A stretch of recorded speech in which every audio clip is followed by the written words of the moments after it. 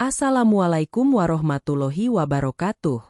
Selamat datang di cerita Mbak Sri, tempat di mana Mbak Sri cerita tentang cerita teman dan tetangga Mbak Sri yang berwarna-warni. Jadi cari tempat ternyaman buat nyimak cerita Mbak Sri kali ini. Sebelum itu Mbak Sri minta tolong like dan subscribe channel Mbak Sri ini, dan jangan lupa nyalakan lonceng notifikasinya. Sore itu, langit Jakarta tampak seolah ikut berduka. Awan kelabu menggantung rendah, memayungi kemacetan yang merayap di bawahnya. Hana, 28, melangkah turun dari taksi daring dengan 2 kantong belanjaan di tangannya. Ia tersenyum tipis, membayangkan wajah Aris, suaminya, saat melihat ia memasak cumi asam manis kesukaannya malam ini. Hari ini adalah ulang tahun pernikahan mereka yang kelima, sebuah pencapaian yang menurut Hana patut dirayakan dengan kehangatan di rumah kontrakan mereka yang nyaman. Namun, saat kakinya menginjak teras, ada sesuatu yang terasa janggal. Pintu depan tidak hanya tertutup, tetapi terkunci rapat dari luar. Hana merogoh tasnya, mencari kunci cadangan. Saat pintu terbuka, keheningan yang menyesakkan langsung menyambutnya. "Mas Aris, kamu sudah pulang?" panggilnya. Tidak ada jawaban. Ruang tamu tampak rapi, namun terlalu rapi. Biasanya, tas kerja Aris akan tergeletak di sofa atau jaketnya tersampir sembarangan. Hana melangkah masuk ke kamar tidur mereka. Di sanalah detak jantungnya seolah berhenti mendadak.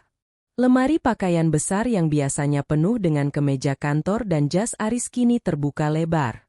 Kosong melompong. Hanya menyisakan gantungan baju plastik yang bergoyang pelan tertiup angin dari jendela yang terbuka. Laci-laci ditarik keluar, isinya ludes. Bahkan jam tangan koleksi Aris dan paspor yang biasanya disimpan di laci naka sudah tidak ada. "Mas, apa yang terjadi?" bisiknya lirih. Tubuhnya mulai gemetar. Pandangan Hana kemudian tertuju pada meja riasnya. Di sana, bukan surat cinta atau kado ulang tahun pernikahan yang ia temukan, melainkan seonggok map coklat besar dan sebuah amplop putih. Dengan tangan gemetar, Hana membuka map tersebut. Matanya membelalak.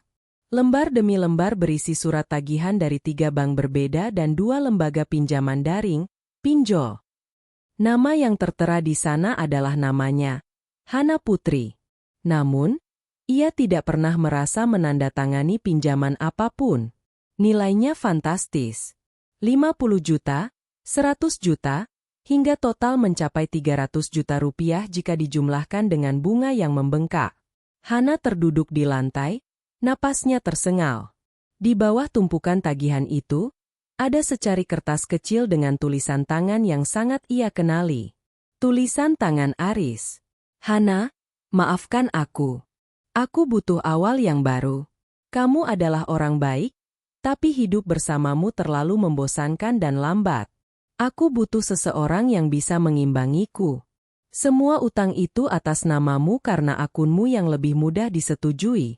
Anggap saja itu biaya kompensasi selama aku bersamamu. Jangan mencariku." Dunia seolah berputar. Air mata Hana jatuh membasahi kertas itu. Bosan? Kompensasi. Hana tertawa histeris di tengah tangisnya. Selama 5 tahun ini, ia bekerja paruh waktu sebagai penulis lepas dan mengurus seluruh kebutuhan Aris agar pria itu bisa fokus meniti karir. Ternyata, pengabdiannya hanya dianggap beban yang membosankan. Tiba-tiba, ponsel Hana bergetar di saku gamisnya. Sebuah notifikasi pesan dari nomor tidak dikenal masuk. Isinya adalah sebuah foto.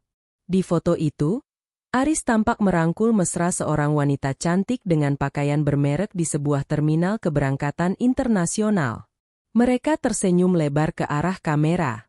Wanita itu adalah Sheila, rekan kerja Aris yang pernah Hana curigai, namun Aris selalu berkilah bahwa Sheila hanyalah adik tingkat di kantor.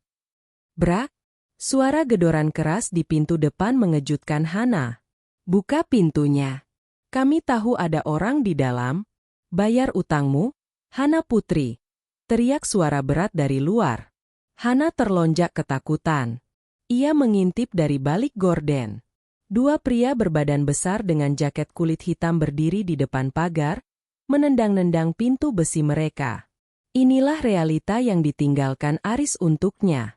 Aris tidak hanya mencuri masa depannya, tetapi juga membebankan neraka finansial ke pundaknya sebelum melarikan diri dengan selingkuhannya.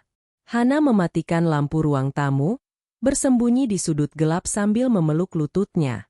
Di dalam kegelapan itu, ia merasa kecil dan hancur.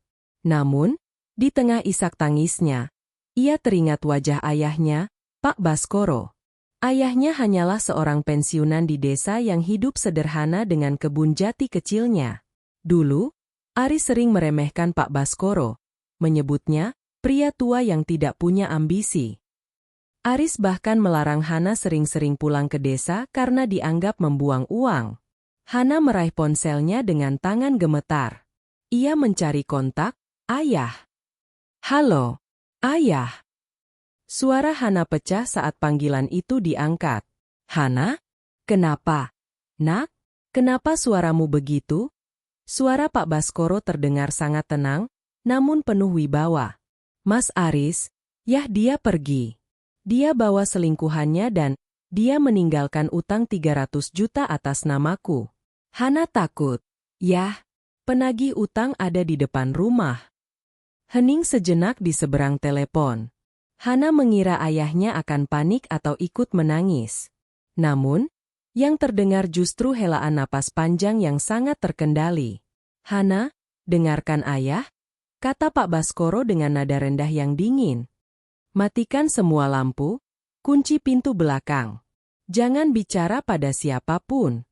Ayah akan mengirimkan seseorang untuk menjemputmu malam ini juga. Tinggalkan rumah itu, tinggalkan semua kenangan tentang pengecut itu. Tapi utangnya, yah, 300 juta. Hana harus bagaimana? 300 juta.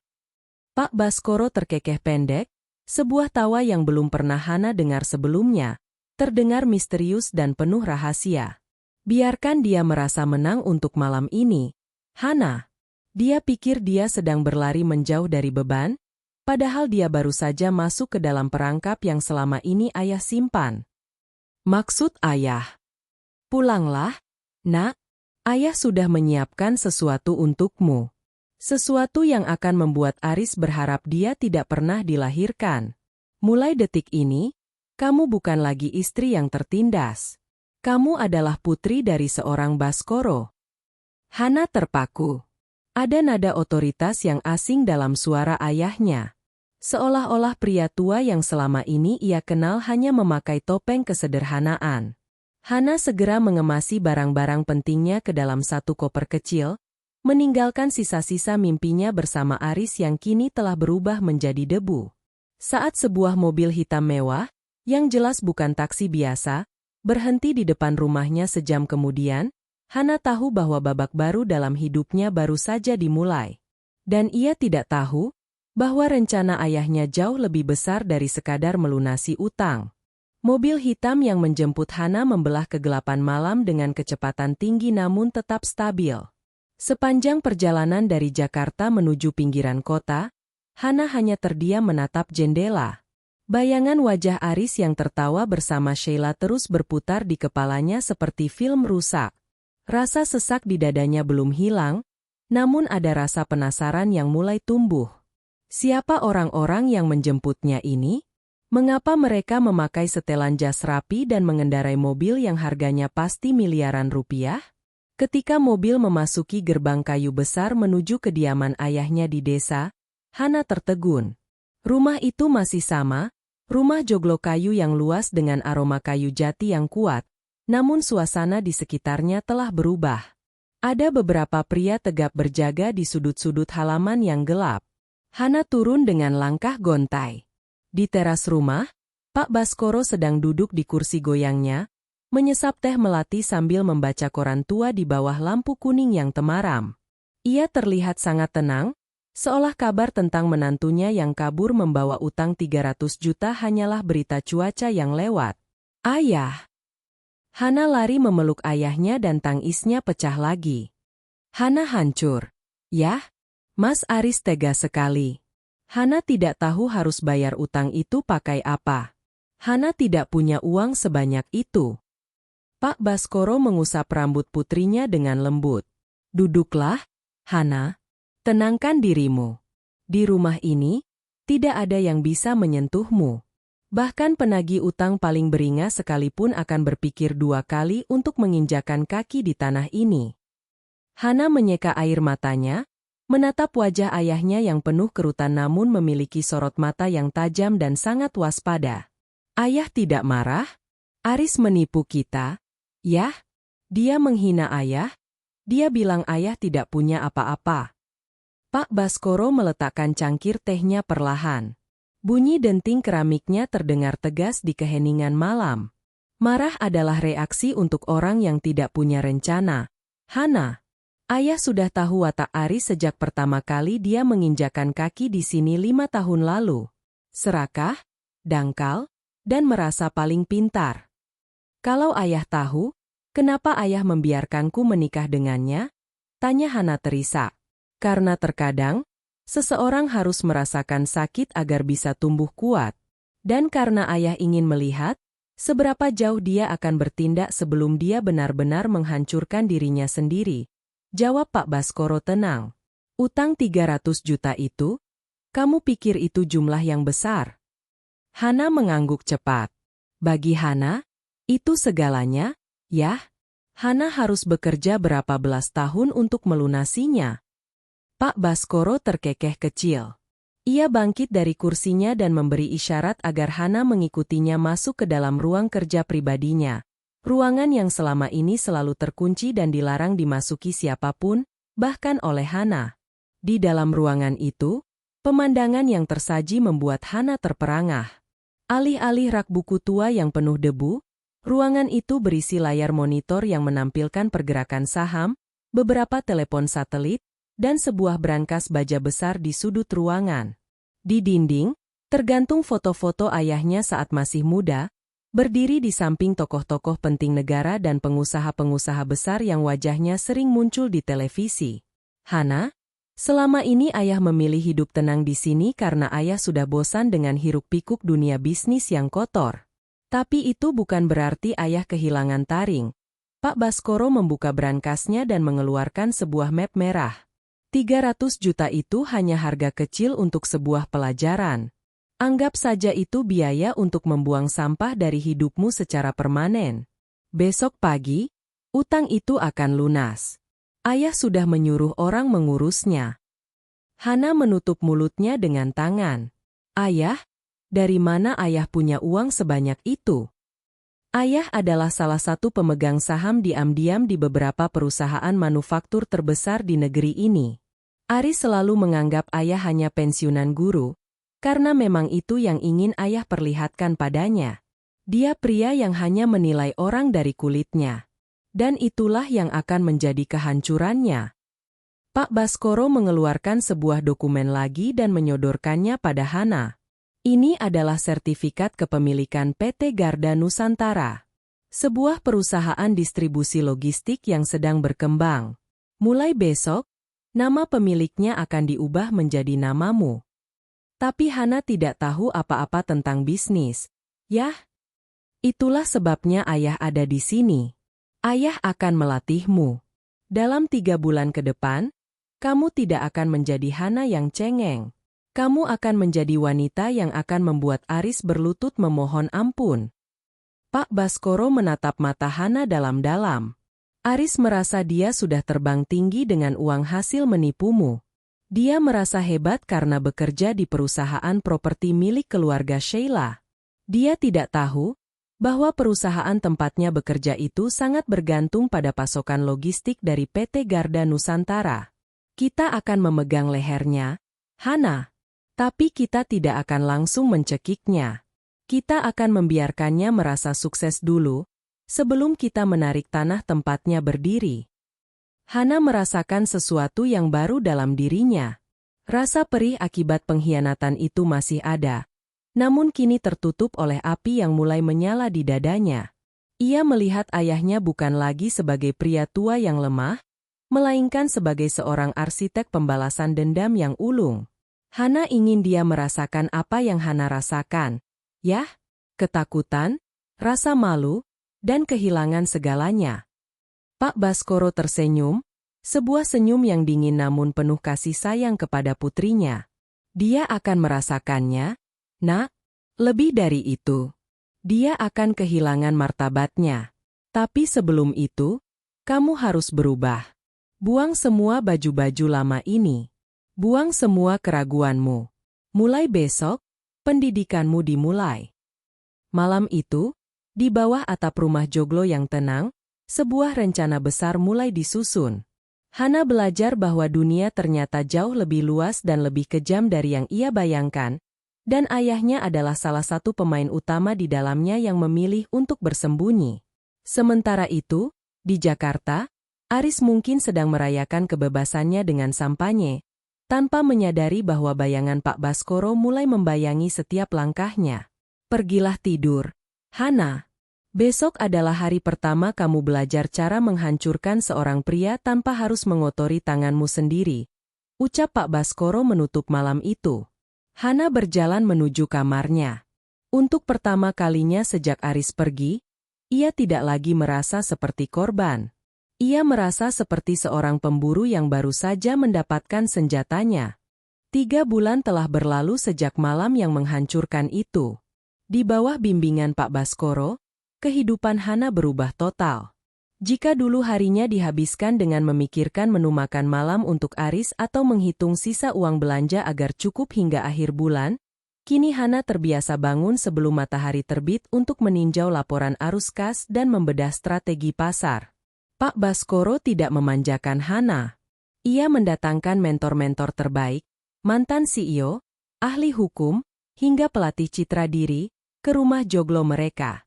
Hana dipaksa mempelajari manajemen konflik, negosiasi tingkat tinggi, hingga bahasa tubuh yang menunjukkan kekuasaan. Ingat, Hana, ujar Pak Baskoro suatu sore di perpustakaannya yang kini penuh dengan dokumen legal. Dunia bisnis adalah rimba. Aris dan Sheila adalah predator kecil yang merasa telah menguasai hutan karena mereka berhasil mencuri seekor domba. Mereka tidak sadar bahwa domba itu adalah putri seorang singa. Hana menatap pantulan dirinya di cermin besar. Wanita di cermin itu bukan lagi Hana yang kusam dengan daster dan wajah yang selalu terlihat lelah. Rambutnya kini dipotong dengan gaya bob yang tajam dan elegan. Ia mengenakan setelan blazer berwarna biru dongker yang dijahit khusus, memberikan kesan dingin namun sangat berkelas. Sorot matanya yang dulu penuh keraguan, kini setajam silet. Utang itu, yah, bagaimana dengan para penagih yang dulu datang? Tanya Hana. Pak Baskoro menyesap cerutunya. Sudah ayah selesaikan secara legal. Semua bukti tanda tangan palsu yang dibuat Aris sudah diamankan oleh pengacara kita. Kita tidak hanya melunasi tagihannya, tapi kita membeli piutang itu. Secara teknis, sekarang Arislah yang berutang padamu, meski dia belum mengetahuinya. Hana tersenyum tipis. Jadi, kapan kita mulai langkah pertama? Sekarang, jawab Pak Baskoro singkat. Perusahaan Aris, Adiguna Property, sedang dalam tahap akhir pengerjaan mega proyek apartemen di pusat kota. Mereka membutuhkan vendor logistik dan distribusi material interior yang besar. Jika mereka gagal memenuhi tenggat waktu, mereka harus membayar denda penalti yang bisa membangkrutkan perusahaan. Dan tebak siapa yang baru saja mengakuisisi perusahaan logistik terbesar yang menjadi mitra mereka? Hana mengangkat dagunya. PT Garda Nusantara. Tepat. Besok adalah rapat evaluasi vendor di kantor pusat Adiguna. Ayah ingin kamu datang ke sana. Bukan sebagai Hana, mantan istri yang terbuang, melainkan sebagai CEO baru Garda Nusantara yang akan menentukan nasib proyek mereka. Keesokan harinya, sebuah mobil sedan mewah berwarna hitam metalik berhenti tepat di depan lobi gedung Adiguna Property. Sopir berseragam keluar dan membukakan pintu untuk Hana. Begitu kakinya yang terbalut sepatu hak tinggi menyentuh lantai lobi, suasana seolah berubah. Beberapa karyawan menoleh, terpesona oleh aura kepemimpinan yang dipancarkan wanita itu. Hana berjalan menuju lift khusus eksekutif. Di dalam lift, ia melihat wajahnya sekali lagi. Jantungnya berdegup kencang, namun bukan karena takut, melainkan karena adrenalin yang meledak-ledak. Di ruang rapat lantai 20, Aris sedang duduk dengan sombongnya di samping Sheila. Aris kini menjabat sebagai manajer operasional berkat koneksi ayah Sheila. Ia merasa di atas angin. Di mana perwakilan Garda Nusantara? Kenapa mereka terlambat? Mereka tidak tahu betapa pentingnya proyek ini bagi saya, bentak Aris kepada sekretarisnya. Sabar, sayang. Sheila mengelus lengan Aris. Mereka pasti datang. Mereka tidak mungkin berani membatalkan kontrak dengan perusahaan sebesar kita. Tepat saat itu, pintu ruang rapat terbuka. Hana melangkah masuk dengan langkah yang mantap. Suara ketukan sepatunya di lantai marmer menggema di ruangan yang tiba-tiba hening. Aris yang sedang meminum kopinya seketika tersedak. Matanya melotot hingga hampir keluar dari rongganya. Cangkir di tangannya bergetar hebat. "Hana?" bisik Aris gagap. Wajahnya berubah pucat pasi, seputih kertas. Sheila mengerutkan kening, menatap Hana dari ujung kepala hingga ujung kaki dengan rasa iri yang kental. Siapa wanita ini? Kenapa dia lancang masuk ke sini? Hana tidak menatap Aris.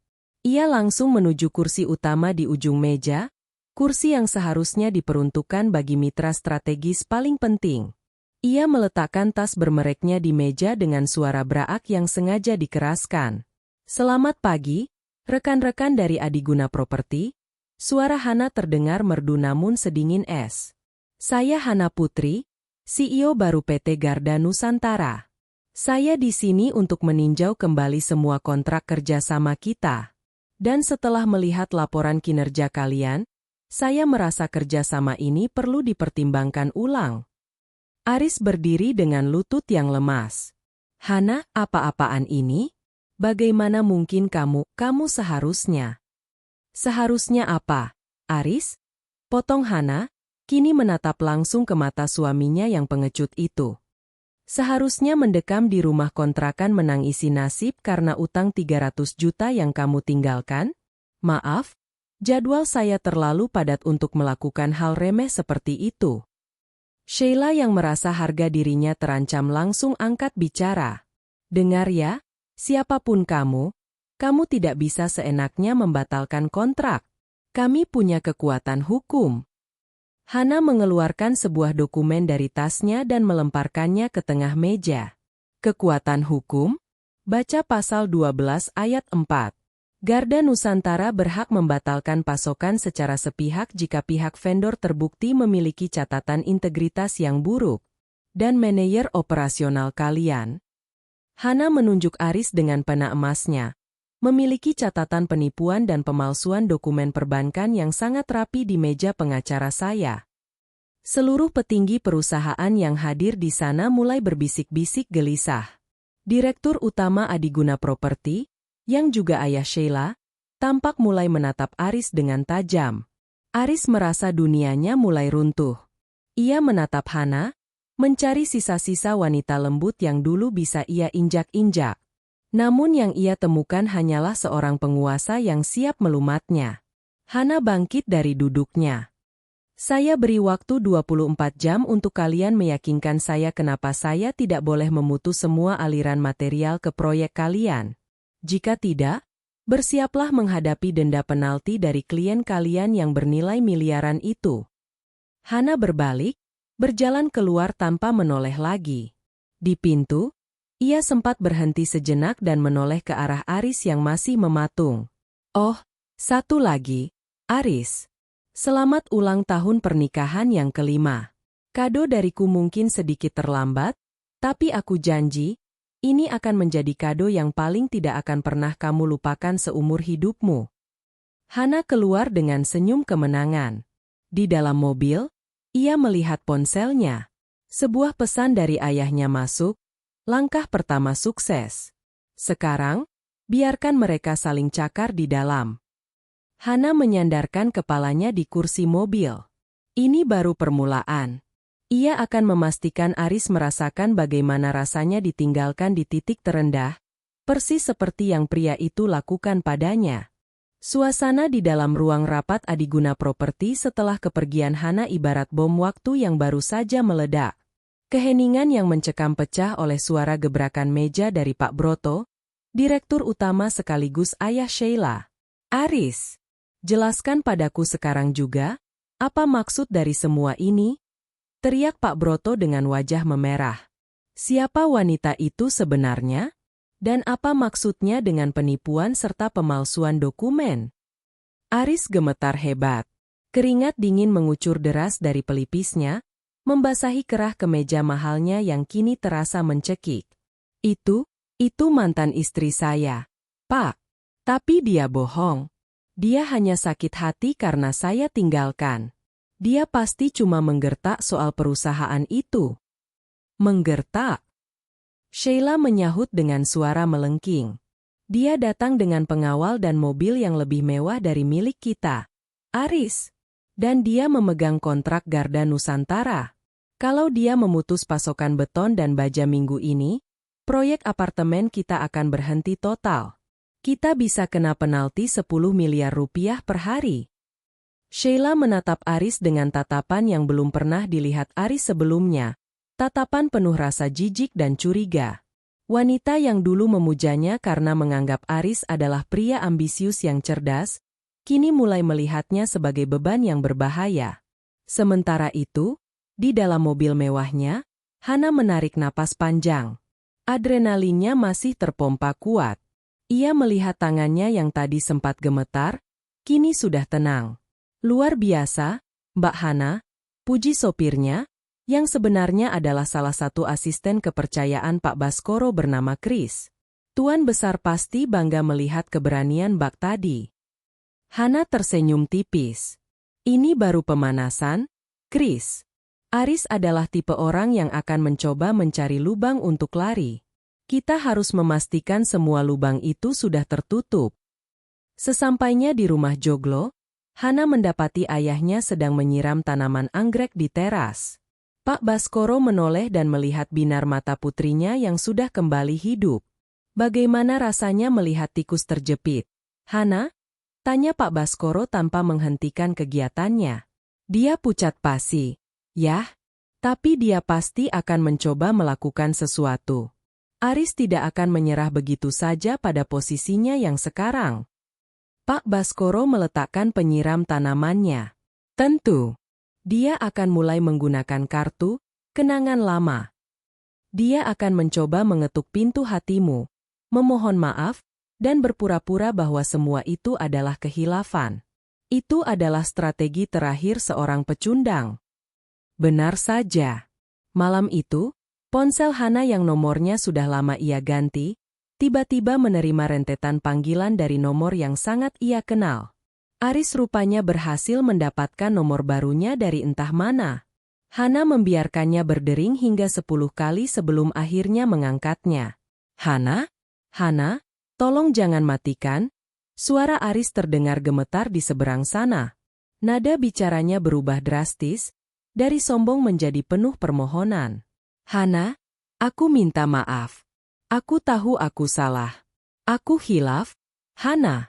Semua yang kulakukan itu karena aku stres dengan tekanan pekerjaan. Hana terdiam, mendengarkan dengan perasaan dingin. Stres? Jadi stres membuatmu bisa tidur dengan wanita lain dan mencuri identitasku untuk meminjam uang 300 juta. Aku akan kembalikan, Hana. Sumpah, aku akan cicil semuanya. Tapi tolong, jangan batalkan kontrak Garda Nusantara. Karirku di sini taruhannya. Kalau proyek ini gagal, Pak Broto akan menghancurkanku. Kamu tidak mau melihat suamimu hancur, kan? Hana tertawa kecil, suara tawa yang membuat Aris merinding. Suamiku? Suamiku sudah mati malam itu, Aris. Malam saat dia meninggalkanku di rumah gelap dengan tumpukan utang. Yang ada sekarang hanyalah hubungan bisnis antara vendor dan klien. Dan secara bisnis, perusahaanmu memiliki risiko tinggi karena mempekerjakan seorang penipu. Hana, tolonglah, kita bisa bicara baik-baik. Kita ketemu. Ya? Aku rindu kamu, Hana. Aku sadar Sheila tidak ada apa-apanya dibanding kamu. Hana melirik ayahnya yang memberikan kode, jempol ke bawah, dari seberang meja. Kalau kamu mau bicara, datanglah ke alamat yang akan dikirim asistenku besok pagi jam 9. Jangan telak. Dan jangan bawa Sheila, ucap Hana dingin, lalu menutup telepon. Keesokan paginya, Aris datang ke sebuah kafe kelas atas yang sudah disewa seluruhnya oleh Pak Baskoro untuk privasi. Aris datang dengan kemeja yang tampak kusut, menunjukkan bahwa dia tidak tidur semalaman. Namun, alangkah terkejutnya dia saat melihat Hana tidak duduk sendirian. Di samping Hana, duduk seorang pria tua dengan setelan safari rapi, sedang membaca koran dengan kacamata bertengger di hidungnya. Ayah, Pak Baskoro. Aris tertegun. Pak Baskoro menurunkan korannya perlahan. Tatapannya begitu tajam, seolah bisa menembus tulang belulang Aris. Duduk, Aris. Sudah lama kita tidak mengobrol. Aris duduk dengan kaku. Ayah, saya minta maaf atas semuanya. Saya akan bertanggung jawab atas utang Hana. Utang itu sudah lunas, Aris. Potong Pak Baskoro tenang. Aku yang melunasinya. Jadi, sekarang kamu tidak berutang pada bank. Kamu berutang padaku. Dan di duniaku, bunga utang kepada seorang ayah yang anaknya disakiti, jauh lebih besar daripada bunga bank manapun. Pak Baskoro mengeluarkan sebuah tablet dan menunjukkan sebuah data. Ini adalah bukti aliran dana yang kamu gelapkan dari perusahaan Pak Broto untuk membiayai gaya hidup Sheila. Kamu pikir aku tidak tahu? Kamu menggunakan nama perusahaan vendor fiktif untuk mencairkan dana proyek. Wajah Aris yang tadinya pucat kini berubah menjadi abu-abu. Ia merasa napasnya berhenti. Bagaimana orang tua yang ia remehkan ini bisa tahu sedalam itu? Pilihanmu cuma dua, Aris. Hana menyambung, suaranya mantap. 1. Kamu mengundurkan diri dari Adiguna Property, menyerahkan diri ke polisi atas pemalsuan dokumenku, dan kami mungkin akan mempertimbangkan untuk tidak menghancurkan keluarga Sheila. Atau, tanya Aris dengan suara parau. Atau, kami akan mengirimkan semua bukti ini ke Pak Broto sekarang juga, membatalkan kontrak Garda Nusantara, dan membiarkan kamu dihabisi oleh ayah Sheila yang terkenal kejam terhadap orang yang mengkhianatinya. Aris menatap Hana, memohon belas kasihan. Namun yang ia lihat hanyalah dinding es. Ia menyadari satu hal. Hana yang dulu lemah telah lenyap, digantikan oleh sosok yang dibentuk oleh dendam dan kekuatan besar ayahnya. Tiba-tiba, ponsel Aris berdering. Pesan dari Sheila. Ayah baru saja menemukan kejanggalan di laporan keuangan proyek. Kamu di mana? Jangan kembali ke kantor kalau kamu tidak bisa menjelaskan ini. Aris jatuh lemas di kursinya. Perangkap itu sudah menutup. Aris menatap layar ponselnya dengan tangan gemetar. Pesan dari Sheila adalah lonceng kematian bagi karirnya. Di hadapannya, Hana dan Pak Baskoro duduk dengan ketenangan yang menghina. Mereka tidak perlu berteriak atau memaki. Kebenaran yang mereka pegang sudah cukup untuk mencekik Aris perlahan. Waktumu habis, Aris. Ucap Hana sambil melirik jam tangan peraknya.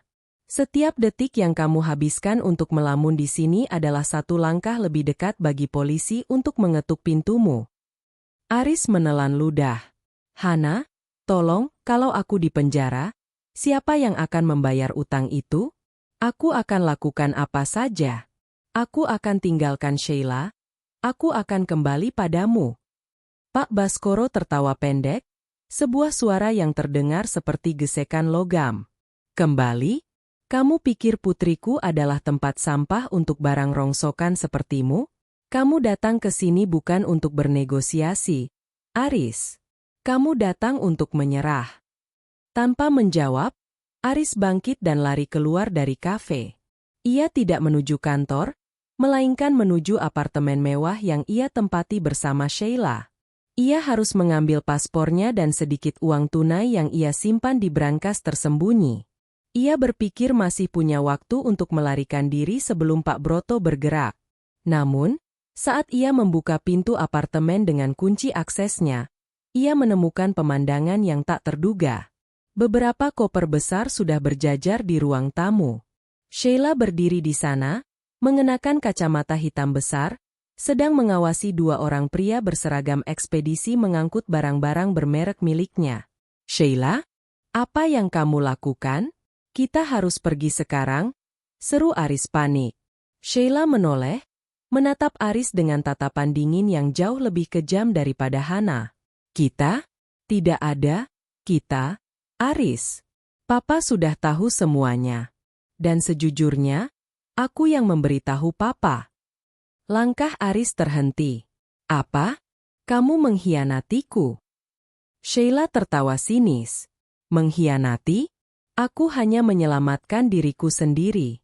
Papa sangat marah karena kamu berani mencuri dari perusahaannya. Aku bilang padanya kalau aku juga korban penipuanmu. Aku bilang aku tidak tahu apa-apa tentang vendor fiktif itu. Semua bukti aku arahkan padamu, Aris. Tapi uang itu, kita pakai bersama. Sheila, tas yang kamu pakai, liburan kita ke Paris, itu semua dari uang itu. Ada namaku di dokumen itu? Tidak, kan?" Sheila melangkah mendekat, jarinya yang berkutik merah menyentuh dada Aris dengan kasar. "Kamu itu cuma pion. Aris, kamu berguna saat kamu punya uang dan posisi. Sekarang, kamu hanya beban yang bisa menyeretku ke penjara. Papa sudah memanggil pengacara dan polisi. Mereka akan sampai di sini 10 menit lagi." Aris jatuh terduduk di atas lantai marmer. Ia baru menyadari bahwa dalam dunia pengkhianatan yang ia masuki, ia hanyalah pemain amatir dibandingkan Sheila dan ayahnya. Ia telah membuang Hana, wanita yang tulus mencintainya, demi seorang wanita yang siap membuangnya seperti tisu toilet saat keadaan memburuk. "Pergilah lewat pintu belakang kalau kamu masih ingin mencoba lari," ucap Sheila sambil berbalik membelakangi Aris. "Tapi jangan harap bisa membawa 1 sen pun dari sini. Semua rekening yang atas namamu sudah dibekukan oleh Papa." Aris berlari keluar dengan napas memburu. Ia menuju mobilnya di basement, namun baru saja ia akan masuk, sebuah mobil hitam yang ia kenali sebagai kendaraan pengawal Hana sudah memblokir jalannya. Pintu mobil terbuka, dan Chris, asisten Pak Baskoro, keluar dengan senyum sopan namun mengancam. "Mau kemana, Pak Aris? Tuan Besar dan Mbak Hana ingin mengajak Anda mengunjungi satu tempat lagi sebelum Anda beristirahat panjang." Aris tidak punya pilihan. Ia digiring masuk ke dalam mobil. Di dalam, Hana sudah menunggu. Ia tidak lagi terlihat marah. Ia tampak bosan, seolah berurusan dengan Aris adalah tugas administratif yang menjemukan. "Kemana kalian akan membawaku? Ke kantor polisi?" tanya Aris pasrah. "Belum," jawab Hana singkat.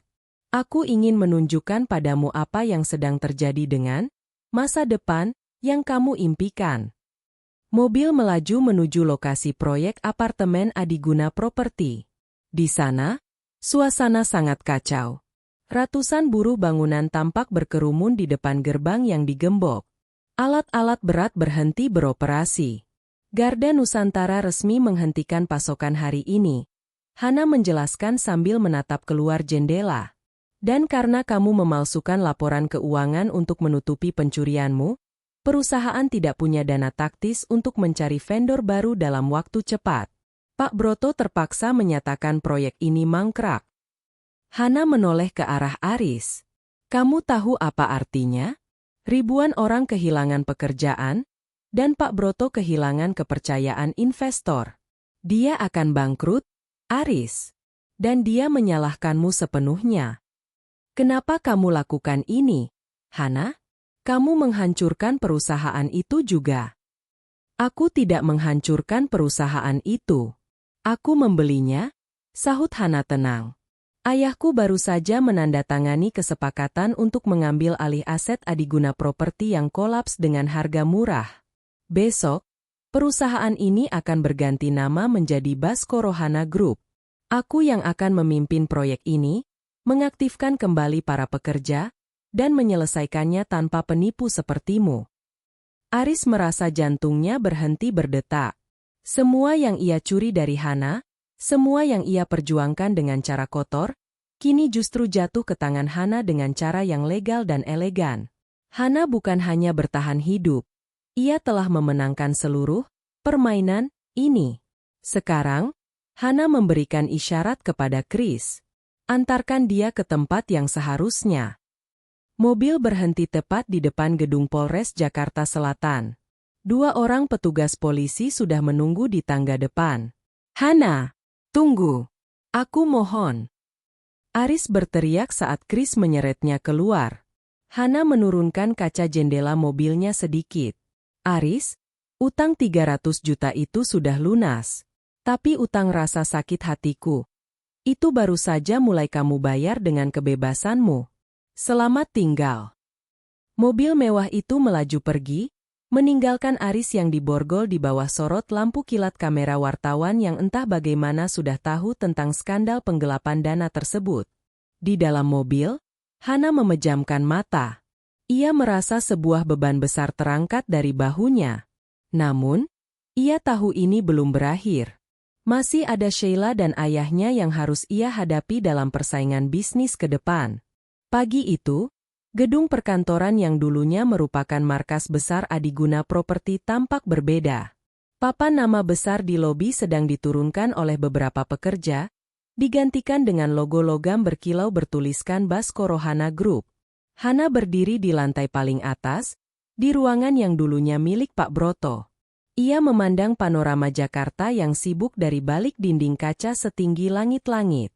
Di tangannya, sebuah tablet menampilkan laporan restrukturisasi perusahaan. Pengambil alihan aset berjalan mulus, para investor lebih memilih mendukung modal besar Pak Baskoro daripada tenggelam bersama kapal pecah milik Pak Broto. Semua sudah siap, Mbak Hana. Chris masuk dengan langkah tegap, membawa map hitam. Rapat perdana dengan jajaran direksi lama yang tersisa akan dimulai 10 menit lagi. Dan, ada tamu yang memaksa ingin bertemu Anda. Hana menoleh perlahan. Siapa? Sheila Adiguna. Dia sudah menunggu di lobi selama 2 jam. Hana tersenyum tipis, sebuah senyum yang tidak mencapai matanya. Biarkan dia masuk. Tapi pastikan dia melewati jalur staf, bukan lift eksekutif. Biar dia merasakan bagaimana rasanya menjadi orang biasa di gedung yang dulu ia anggap miliknya. 15 menit kemudian, pintu ruangan terbuka. Sheila masuk dengan penampilan yang sangat kontras dari pertemuan terakhir mereka. Tidak ada lagi tas bermerek atau perhiasan mencolok. Wajahnya tampak pucat dengan riasan yang buru-buru, mencoba menutupi mata yang sembab. Hana, maksudku. Ibu Hana, suara Sheila bergetar. Ia berdiri kaku di tengah ruangan luas itu. Hana tetap duduk di kursi kebesarannya, tidak menawarkan Sheila untuk duduk. Ada keperluan apa? Sheila? Jadwal saya sangat padat hari ini. Aku datang untuk memohon tolong jangan sita rumah pribadiku dan Papa. Sheila mulai terisak. Aku tahu perusahaan sudah diambil alih. Tapi rumah itu satu-satunya yang kami punya. Papa sedang sakit keras setelah tahu semua asetnya dibekukan karena penyelidikan kasus penggelapan Aris. Hana meletakkan pena emasnya dengan bunyi denting yang tajam. Lucu sekali, Sheila. Kamu datang memohon rumah? Padahal dulu kamu dengan senang hati membiarkan Aris mengusirku dari rumah kontrakan dengan tumpukan utang. Di mana empatimu saat itu? Aku tidak tahu kalau dia menipumu sampai sejauh itu.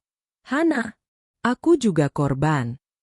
Jangan berbohong padaku, potong Hana dengan nada rendah yang mengancam. Ayahku punya rekaman percakapanmu dengan Aris di Bali 6 bulan lalu. Kamu tahu persis dari mana uang itu berasal. Kamu bahkan yang menyarankan Aris untuk memakai nama orang lain agar tidak terdeteksi oleh audit internal ayahmu. Sheila terdiam, wajahnya berubah menjadi merah padam karena malu dan takut. Rahasianya telah terbongkar sepenuhnya. Aku tidak akan menyita rumahmu, lanjut Hana. membuat harapan muncul di wajah Sheila. Tapi aku sudah membeli seluruh piutang bank yang menjaminkan rumah itu. Jadi, secara teknis, kamu tidak lagi berurusan dengan bank. Kamu berurusan denganku. Mulai bulan depan, kamu harus membayar sewa jika ingin tetap tinggal di sana. Harga sewanya persis sebesar cicilan utang yang dulu Aris bebankan atas namaku. Sheila terjatuh lemas di lantai. Kamu kejam, Hana. Bukan kejam, Sheila. Ini disebut keadilan. Kamu bisa pergi sekarang. Chris akan mengantarmu lewat pintu belakang. Hana kembali menatap tabletnya, mengabaikan kehadiran wanita yang dulu meremehkannya itu. Setelah Sheila pergi dengan langkah lunglai, Pak Baskoro masuk dari pintu samping yang menghubungkan ke ruang kerjanya. Beliau tampak bangga melihat putrinya bisa bersikap setegas itu. Kamu belajar dengan cepat, Hana, puji Pak Baskoro. Ini berkat ayah. Tapi, yah, apakah ini cukup? Aris di penjara, Sheila kehilangan hartanya. Tapi rasanya ada yang masih mengganjal. Pak Baskoro duduk di hadapan Hana. Itu karena kamu belum menyelesaikan proyek besar ini. Balas dendam terbaik bukan hanya menghancurkan musuh, tapi membangun sesuatu yang jauh lebih besar dari apa yang pernah mereka bayangkan. Sekarang, fokuslah pada proyek apartemen ini. Buat ini menjadi mahakarya. Hana mengangguk. Ia memimpin rapat direksi dengan kecakapan yang luar biasa. Ia mengumumkan kebijakan baru, transparansi total dan pembersihan semua sisa-sisa kroni Aris di perusahaan. Para staf yang dulu memandangnya sebelah mata kini menunduk hormat. Namun, di tengah kesuksesan itu, sebuah kabar mengejutkan datang dari penjara. Chris masuk ke ruangan rapat dengan wajah serius. Mbak Hana, pengacara Aris mengajukan banding. Dan ada pihak misterius yang mulai menyuntikkan dana untuk membela Aris di pengadilan. Seseorang yang sepertinya ingin menggunakan Aris untuk menyerang balik kita. Hana mengernyitkan kening. Siapa? Bukankah Pak Broto sudah bangkrut? Bukan Pak Broto. Kami sedang melacaknya, tapi jejaknya mengarah ke sebuah konsorsium luar negeri yang dulu pernah menjadi rival bisnis Tuan Baskoro. Hana menatap ayahnya. Pak Baskoro hanya tersenyum tenang, namun sorot matanya kembali tajam seperti elang yang siap menerkam. Sepertinya masa lalu ayah mulai memanggil. Hana? Ucap Pak Baskoro lirih. Dan Aris, tikus kecil itu, sedang mencoba mencari majikan baru untuk menyelamatkan lehernya. Hana mengepalkan tangannya di bawah meja. Jika Aris pikir dia bisa kembali dengan bantuan pihak lain, maka Aris telah melakukan kesalahan fatal. Hana tidak akan membiarkan siapapun merenggut kembali ketenangan dan kekuatan yang baru saja ia bangun. Siapkan tim hukum terbaik, perintah Hana kepada Chris. Dan cari tahu siapa di balik konsorsium itu. Jika mereka ingin bermain api dengan keluarga Baskoro, aku akan pastikan mereka terbakar habis. Perang baru saja dimulai. Bukan lagi sekadar perang rumah tangga, melainkan perang kekuasaan yang sesungguhnya. Ketegangan di kantor pusat Baskoro Hana Group meningkat drastis. Kabar mengenai adanya kekuatan besar yang menyokong Aris dari balik jeruji besi bukan sekadar isapan jempol. Pengacara Aris kini bukan lagi pengacara publik murahan, melainkan firma hukum, The Iron Wall, yang terkenal karena mampu membebaskan penjahat kerah putih paling kotor sekalipun. Hana duduk di ruang kerjanya, menatap dokumen profil sebuah perusahaan bernama Vanguard Global. Perusahaan ini berbasis di Singapura, namun jejak investasinya ada di seluruh Asia Tenggara. Vanguard Global. Gumam Hana. Siapa mereka sebenarnya? Yah, Pak Baskoro, yang biasanya terlihat tenang, kini berdiri di dekat jendela sambil membelakangi Hana. Pemiliknya adalah Hendra Wijaya. Dia adalah mantan mitra bisnis ayah 30 tahun yang lalu. Kami membangun imperium bersama, namun dia memilih jalan yang gelap, pencucian uang dan suap. Ayah yang menjebloskannya ke penjara dulu, dan sepertinya dia baru saja bebas dan ingin membalas dendam lewat Aris. Hana terkejut. Jadi Aris hanyalah pion untuk menarik ayah keluar. Tepat, jawab Pak Baskoro sambil berbalik. Hendra tahu Aris memiliki informasi tentang struktur internal perusahaan logistik kita. Meskipun Aris tidak tahu rahasia besar ayah, dia tahu celah-celah operasional yang bisa diganggu. Hendra memanfaatkan rasa putus asa Aris untuk menyerang titik lemah kita. Tiba-tiba, Chris masuk dengan terburu-buru. Mbak Hana, Tuan Baskoro, ada masalah di lokasi proyek. Izin mendirikan bangunan, IMB, kita tiba-tiba digugat oleh organisasi masyarakat yang didanai oleh pihak anonim. Mereka melakukan demonstrasi besar-besaran di depan gerbang, menuntut proyek dihentikan karena alasan lingkungan yang dibuat-buat.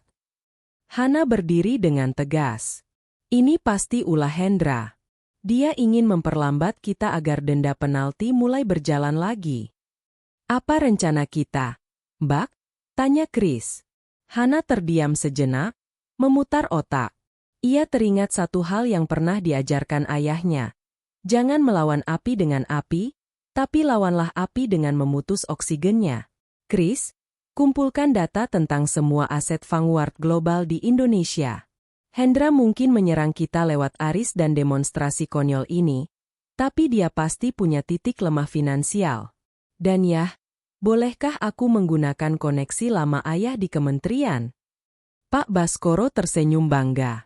Gunakan apapun yang kamu perlukan. Hana, tahta ini milikmu sekarang. Keesokan harinya, Hana tidak mendatangi lokasi proyek untuk menemui para demonstran. Sebaliknya, ia datang ke sebuah hotel mewah untuk menghadiri pertemuan tertutup dengan para pemegang saham utama yang selama ini menjadi penyokong dana tersembunyi bagi Vanguard Global. Di dalam ruangan tersebut, Hana tampil memukau. Ia bukan lagi wanita yang memohon belas kasihan, melainkan seorang predator bisnis yang tenang. Tuan-tuan, buka Hana sambil melemparkan berkas di atas meja bundar. Vanguard Global saat ini sedang menggunakan dana Anda untuk membiayai dendam pribadi Hendra Wijaya terhadap keluarga saya. Jika Anda terus mendukungnya, saya pastikan seluruh operasional logistik yang dikuasai Baskoro Group akan memutus akses distribusi untuk produk-produk Anda di seluruh negeri. Salah satu pengusaha tua tampak gerah. Anda mengancam kami, Nona Hana. Bukan ancaman, tapi pilihan bisnis, jawab Hana dingin. Bergabunglah dengan pemenang, atau tenggelam bersama dendam lama seorang narapidana. Saya menawarkan saham di proyek apartemen kami yang akan menjadi pusat komersial baru, sebagai kompensasi jika Anda menarik dukungan dari Hendra hari ini juga. Sementara Hana melakukan manuver di tingkat atas, Aris di penjara merasa di atas angin. Ia mendapatkan fasilitas mewah di selnya berkat kiriman Hendra. Ia bahkan berani mengirim pesan singkat ke ponsel Hana lewat pengacaranya. Hana, sebentar lagi aku akan bebas. Dan saat itu terjadi, aku akan mengambil semua yang kamu miliki. Kamu pikir kamu hebat? Kamu hanyalah bayangan ayahmu. Tunggu pembalasanku. Hana membaca pesan itu saat sedang dalam perjalanan pulang. Ia tidak membalas. Ia hanya tersenyum tipis. Ia tahu bahwa Hendra Wijaya bukanlah tipe orang yang setia kawan. Bagi Hendra, Aris hanyalah umpan. Jika umpan itu tidak lagi berguna, Hendra akan membuangnya ke laut. 2 hari kemudian, rencana Hana membuahkan hasil. Dukungan finansial untuk firma hukum Aris tiba-tiba dihentikan. Para demonstran di lokasi proyek membubarkan diri setelah Hana mengungkap di media massa bahwa mereka dibayar oleh perusahaan asing untuk merusak stabilitas ekonomi lokal. Puncaknya adalah saat sidang banding Aris. Pengacara mahal dari The Iron Wall secara mengejutkan mengundurkan diri di tengah persidangan karena tagihan mereka tidak dibayar oleh Vanguard. Aris mematung di kursi pesakitan. Ia menoleh ke arah bangku penonton, mencari sosok utusan Hendra, namun ruangan itu kosong. Yang ada hanyalah Hana, duduk di barisan depan, mengenakan pakaian serba hitam dengan tatapan yang seolah mengatakan, "Skakmat." Hakim membacakan putusan. Banding ditolak, Dan hukuman Aris justru ditambah karena terbukti mencoba melakukan suap selama proses hukum berjalan. Saat Aris digiring kembali ke sel, ia berteriak histeris, "Hana, tolong aku. Hendra menjebakku. Hana, aku masih suamimu." Hana berdiri, merapikan bajunya, dan berjalan mendekati jeruji besi yang memisahkan mereka sejenak. "Aris," bisik Hana agar hanya dia yang dengar. "Hendra tidak menjebakmu. Akulah yang membelinya untuk membuangmu. Dia sudah menyerahkan semua bukti tambahan tentang kejahatanmu padaku, sebagai tanda perdamaian karena dia tidak ingin bisnisnya hancur. Kamu benar, aku memang bayangan ayahku. Dan bayangan itu baru saja menelanmu bulat-bulat." Hana melangkah pergi tanpa menoleh lagi, meninggalkan Aris yang merosot ke lantai, menyadari bahwa ia telah dikhianati oleh semua orang, dan yang paling menyakitkan, ia dikalahkan oleh wanita yang dulu ia anggap tidak punya apa-apa. Kemenangan Hana di pengadilan banding mengirimkan gelombang kejutan ke seluruh penjuru kota. Nama, Hana Putri Baskoro, kini bukan lagi sekadar nama di belakang sang ayah, melainkan simbol kekuatan baru di dunia bisnis properti.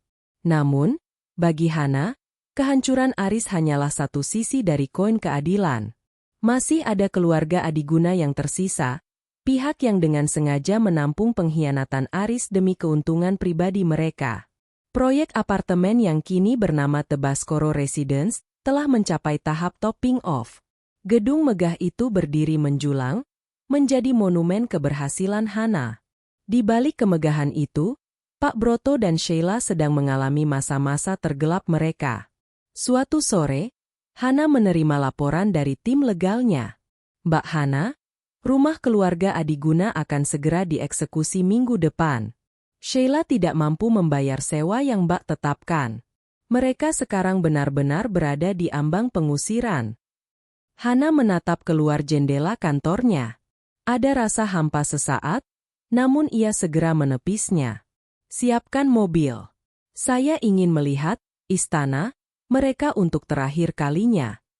Hana tiba di kediaman Adiguna, sebuah rumah mewah di kawasan elit yang kini tampak tak terawat. Rumputnya meninggi, dan beberapa stiker penyitaan tertempel di gerbang. Di dalam, ia menemukan Sheila sedang duduk di antara tumpukan kardus. Pak Broto terbaring di sofa ruang tamu dengan selang oksigen di hidungnya, wajahnya kuyu dan tidak lagi memiliki aura keangkuhan seorang direktur. "Hana." Suara Sheila serak. Ia tidak lagi marah. Ia tampak hancur. "Kamu datang untuk mengejek kami." Hana berjalan pelan, memandang sekeliling ruangan yang dulu penuh dengan tawa palsu antara Aris dan Sheila. "Aku datang untuk memberikan tawaran terakhir." Sheila mendongak dengan tatapan tidak percaya. "Tawaran apa? Kami tidak punya apa-apa lagi untuk kamu ambil. Ayahmu butuh perawatan medis terbaik, dan kamu butuh tempat tinggal." Hana meletakkan sebuah dokumen di meja yang berdebu. "Aku akan membatalkan penyitaan rumah ini dan membiayai semua pengobatan Pak Broto hingga pulih." Mata Sheila membelalak. "Kenapa? Setelah semua yang kami lakukan, kenapa kamu membantu kami?" Hana menatap Sheila dalam-dalam. "Karena aku bukan Aris. Aku tidak menghancurkan orang hanya karena aku bisa. Tapi, bantuan ini ada syaratnya. Kamu harus menyerahkan semua sisa saham minoritas keluarga Adiguna di anak perusahaan logistik kalian kepadaku. Dan yang paling penting, kamu harus memberikan kesaksian tertulis mengenai keterlibatan Hendra Wijaya dalam upaya sabotase proyekku bulan lalu." Sheila terdiam. Itu adalah pilihan sulit. Mengkhianati Hendra Wijaya berarti mengundang bahaya, tetapi menyelamatkan ayahnya adalah segalanya. "Hendra akan membunuhku jika dia tahu," bisik Sheila ketakutan. "Hendra sudah tidak punya taring di negeri ini," sahut Hana dingin. "Ayahku sudah memastikan semua koneksi politiknya diputus. Dia sekarang sedang sibuk menyelamatkan asetnya sendiri di Singapura. Kamu aman bersamaku, asalkan kamu setia." Sheila akhirnya meraih pena dan menandatangani dokumen tersebut. Ia menangis terseduh-seduh, bukan karena sedih, tapi karena rasa lega yang luar biasa. Di titik terendahnya, orang yang paling ia sakiti justru menjadi satu-satunya yang mengulurkan tangan. Hana keluar dari rumah itu dengan perasaan yang lebih ringan. Namun, di dalam mobil, Pak Baskoro sudah menunggu dengan wajah serius. "Kamu terlalu lembut pada mereka, Hana," ujar Pak Baskoro. "Bukan lembut, ya, tapi strategis," jawab Hana tenang. "Dengan kesaksian Sheila, kita punya bukti kuat untuk memenjarakan Hendra Wijaya secara permanen. Dan dengan membiarkan mereka hidup dalam belas kasihan, mereka tidak akan pernah berani menatap wajah kita lagi. Itu adalah hukuman yang lebih berat daripada kemiskinan."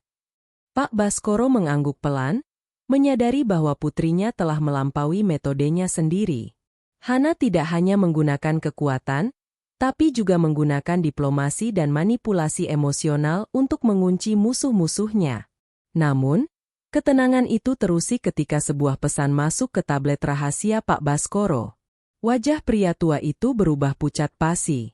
"Ada apa, yah?" tanya Hana cemas. "Aris." Suara Pak Baskoro bergetar. Dia melakukan sesuatu yang gila di penjara. Dia menusuk dirinya sendiri agar dipindahkan ke rumah sakit jiwa. Dan menurut informasi orang kita di sana, dia sedang merencanakan pelarian di tengah perjalanan pemindahan. Hana mengepalkan tangannya. Aris seperti kecoa yang menolak untuk mati. Setiap kali mereka pikir dia sudah tamat, dia selalu menemukan cara kotor untuk merayap kembali. "Pindahkan pengawalan ke rumah sakit jiwa tersebut sekarang juga," perintah Hana kepada Chris. "Jangan biarkan dia menginjakan kaki di luar tembok penjara atau rumah sakit. Jika dia lolos kali ini, dia tidak akan hanya mengincar harta kita, dia akan mengincar nyawa kita."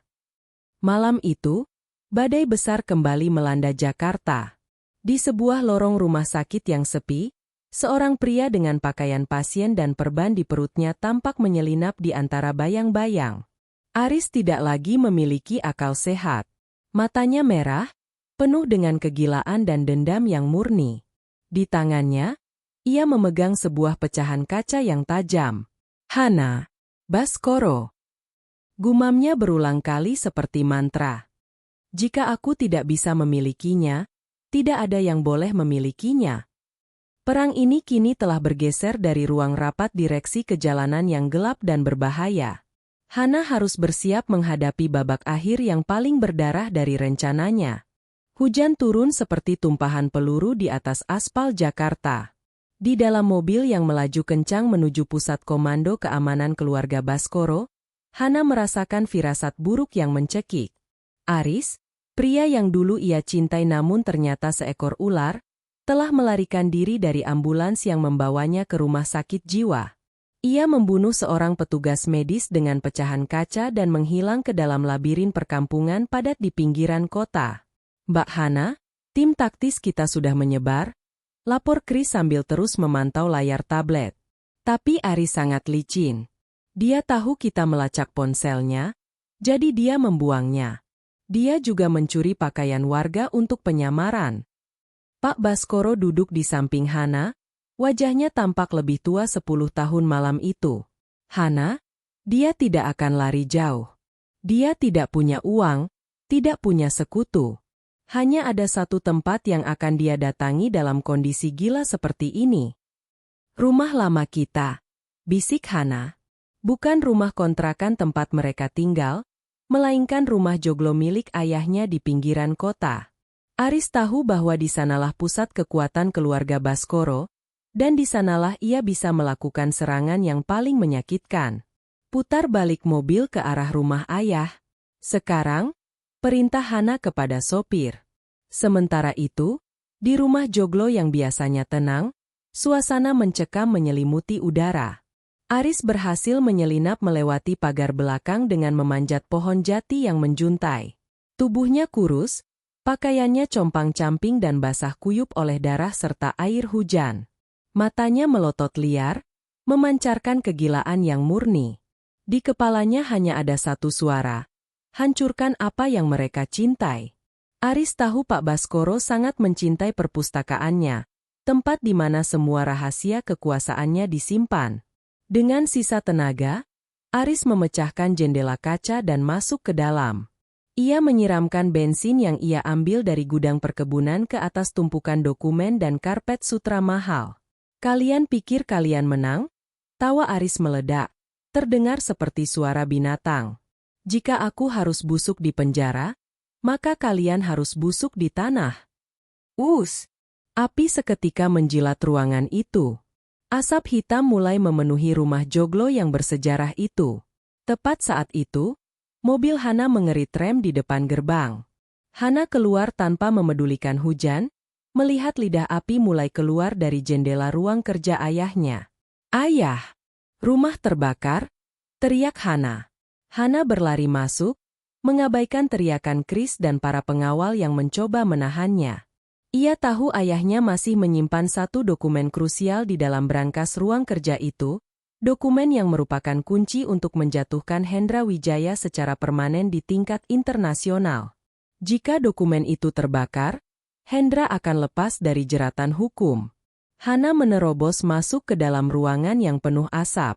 Di sana, di tengah kobaran api, berdiri Aris. Ia memegang sebilah pisau dapur yang berkarat. "Hana, istriku sayang." Aris menyeringai, wajahnya tampak mengerikan di bawah cahaya api. "Datang untuk mati bersamaku." "Aris, hentikan. Kamu sudah kalah. Menyerahlah sebelum api ini membunuhmu. Aku sudah mati sejak kamu memenjarakanku. Hana, kamu dan ayahmu yang sombong itu menghancurkan hidupku." Aris menerjang ke arah Hana dengan pisau. Hana menghindar, namun lengannya tergores. Ia terjatuh di atas lantai yang panas. Saat Aris hendak mengayunkan pisaunya lagi, sebuah tembakan peringatan terdengar. Chris muncul di pintu dengan senjata api, namun ia ragu menembak karena posisi Hana terlalu dekat dengan Aris. Tiba-tiba, atap kayu yang terbakar mulai berderit. Sebuah balok kayu besar jatuh tepat di antara Hana dan Aris. Aris terlempar ke sudut ruangan yang sudah terkepung api. "Hana, keluar sekarang!" teriak Pak Baskoro yang baru saja sampai di ambang pintu, wajahnya penuh kecemasan yang mendalam. Hana melihat ke arah brankas. Ia berhasil meraih tas kecil berisi dokumen krusial itu tepat sebelum api melalap mejanya. Namun, ia melihat Aris terjepit di bawah balok kayu yang membara. Aris mengerang kesakitan, kakinya patah, dan api mulai merambat ke pakaiannya. Hana terdiam sejenak. Ada bagian dari dirinya yang ingin membiarkan Aris terbakar sebagai pembalasan atas semua penderitaannya. Namun, ia melihat mata Aris, mata yang kini tidak lagi penuh dendam, melainkan penuh ketakutan yang luar biasa akan kematian. Hana mengulurkan tangan. "Pegang tanganku, Aris." Aris menatap tangan Hana dengan bingung. "Kenapa? Kenapa kamu mau menolongku?" "Karena aku bukan kamu," jawab Hana tegas. Namun, sebelum tangan mereka bersentuhan, bagian atap yang lebih besar runtuh. Hana ditarik paksa oleh Chris keluar dari ruangan tepat sebelum seluruh ruangan itu tertutup oleh puing-puing yang membara. "Aris!" teriak Hana. Rumah joglo itu runtuh sebagian. Pemadam kebakaran datang tak lama kemudian, namun semuanya sudah terlambat untuk ruang kerja tersebut. Hana berdiri di tengah hujan, memeluk tas dokumennya dengan erat, sementara air matanya bercampur dengan air hujan. Pak Baskoro memeluk putrinya. "Sudah berakhir, Hana. Semuanya sudah berakhir." Keesokan harinya, tim evakuasi menemukan jenazah yang hangus di bawah puing-puing. Aris tidak berhasil selamat. Ia mati di dalam rumah pria yang paling ia benci, dikelilingi oleh api yang ia nyalakan sendiri. Sebuah metafora sempurna bagi hidupnya yang hancur karena keserakahannya sendiri. Hana berdiri di depan reruntuhan itu, mengenakan pakaian serba hitam. Ia merasa lelah, namun untuk pertama kalinya dalam 5 tahun, ia merasa bebas secara spiritual. Utang telah lunas, pengkhianat telah tiada, dan ia masih berdiri tegak. Namun, di balik duka itu, Dokumen di tangannya masih utuh. Dokumen yang akan mengakhiri kejayaan Hendra Wijaya selamanya. 3 bulan setelah tragedi kebakaran di rumah Joglo, Jakarta menyambut pagi dengan langit yang cerah. Di kawasan pusat bisnis yang paling bergengsi, sebuah gedung baru bernama Hana Tower resmi berdiri. Gedung itu bukan sekadar pencapaian bisnis. Gedung itu adalah simbol ketangguhan seorang wanita yang bangkit dari abu pengkhianatan. Hana duduk di ruang kerjanya yang baru, yang jauh lebih modern namun tetap menyisakan sudut kecil untuk kursi goyang kayu milik ayahnya. Pak Baskoro kini telah resmi pensiun sepenuhnya, menghabiskan waktu di kebun jati yang baru ia tanam kembali di desa, menyerahkan seluruh imperium bisnisnya ke tangan Hana. Mbak Hana, ini laporan terakhir dari pengadilan internasional di Singapura. Chris masuk dengan senyum lebar. Hendra Wijaya telah resmi dijatuhi hukuman 20 tahun penjara atas kasus pencucian uang dan sabotase industri. Dokumen yang Mbak selamatkan dari api itu adalah paku terakhir di peti matinya. Hana menghela napas lega. Terima kasih, Chris. Bagaimana dengan aset-asetnya? Semua dibekukan. Sebagian besar mitra bisnisnya kini beralih ke kita. Baskoro Hana Group sekarang menjadi pemegang kendali logistik tunggal di wilayah ini. Hana mengangguk. Kemenangan ini terasa lengkap. Namun, ia tahu masih ada satu hal yang harus ia selesaikan sebelum benar-benar menutup buku masa lalunya. Siang itu, Hana mengunjungi sebuah makam yang masih tampak cukup baru. Tidak ada karangan bunga mewah di sana, hanya sebuah nisan sederhana bertuliskan nama, Aris Pratama. Di sampingnya, berdiri seorang wanita yang nyaris tidak dikenali. Sheila Adiguna, mengenakan pakaian sederhana, sedang membersihkan rumput liar di sekitar makam itu. Sheila menoleh saat melihat Hana datang. Tidak ada lagi permusuhan di antara mereka. Hanya ada rasa lelah yang sama-sama telah mereka lalui.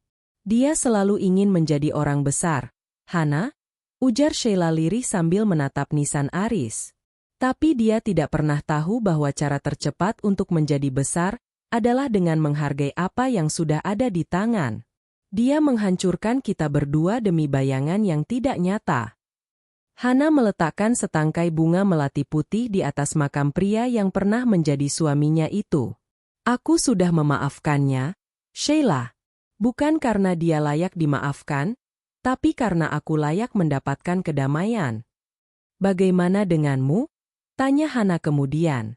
Aku bekerja di panti jompo sekarang, jawab Sheila dengan senyum tipis yang tulus.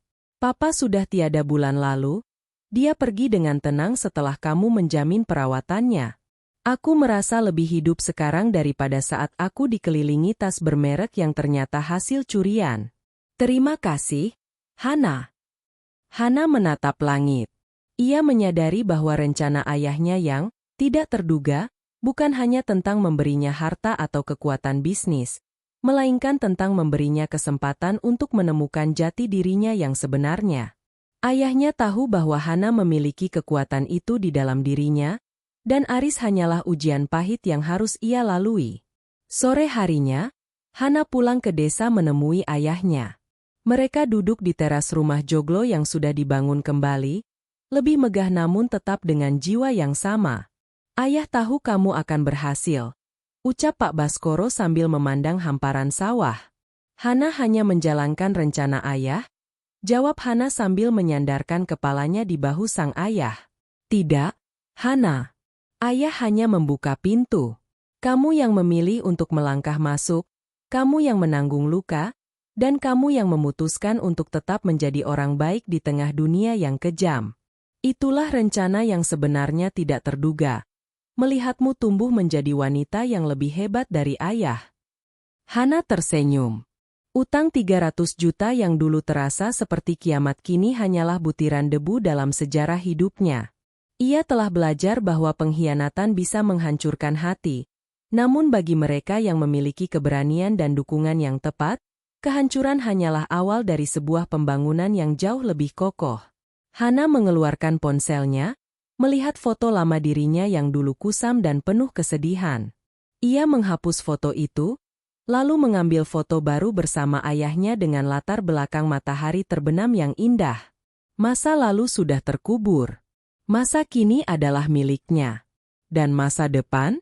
Masa depan tidak lagi menakutkan, karena Hana tahu, ia adalah nahoda bagi kapalnya sendiri.